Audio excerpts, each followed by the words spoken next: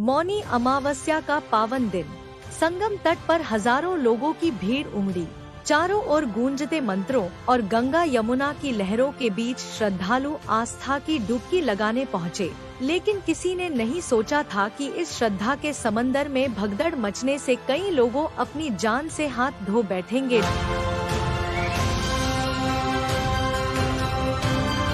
मौनी अमावस्या की आधी रात जब हजारों लोग संगम तट पर अमृत स्नान करने पहुँचे, तो वहाँ पहले से ही भीड़ काफी बढ़ चुकी थी।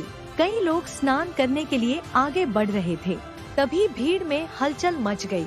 लोग एक दूसरे पर गिरने लगे और देखते ही देखते भगदड़ मच गई। हालात इतने बिगड़ गए कि बैरिकेडिंग तक टूट गई। लोग बचने के लिए इधर उधर भागने लगे।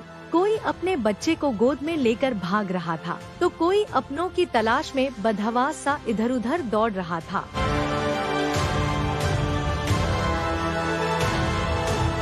मीडिया रिपोर्ट की माने तो भगदड़ में करीब 20 से 25 लोग घायल हो गए। कई लोगों को गंभीर चोटें आईं, कुछ को अस्पताल में भर्ती कराना पड़ा। खबर लिखने तक अनुमान लगाया जा रहा है कि इस हादसे में लोगों की जान भी गई है। हालांकि आधिकारिक पुष्टि नहीं की गई है। भगदड़ की घटना के बाद से ही मुख्यमंत्री योगी आदित्यनाथ लगता मेला अधिकारियों के संपर्क में हैं। घटना की सूचना मिलने के बाद से ही मुख्यमंत्री अधिकारियों से लगातार अपडेट ले रहे हैं। आगे स्नान सुचारू रूप से होता रहे और पीड़ितों को हर संभव सहायता मिले, इसके लिए जरूरी दिशा निर्देश भी दे रहे हैं।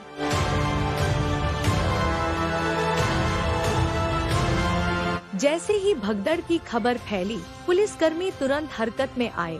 तुरंत ग्रीन कॉरिडोर बनाया गया और सभी घायलों को एम्बुलेंस से अस्पताल भेजा। मेला प्रशासन की अधिकारी आकांक्षा राणा ने कहा, स्थिति अब नियंत्रण में है।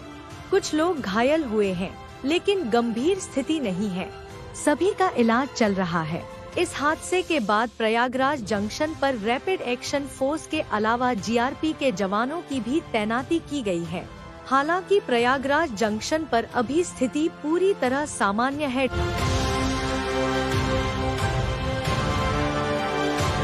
हाँ, भगदड़ के बाद कुछ समय तक अफरा तफरी का माहौल जरूर रहा, लेकिन पुलिस और प्रशासन ने जल्दी ही हालात संभाल लिए।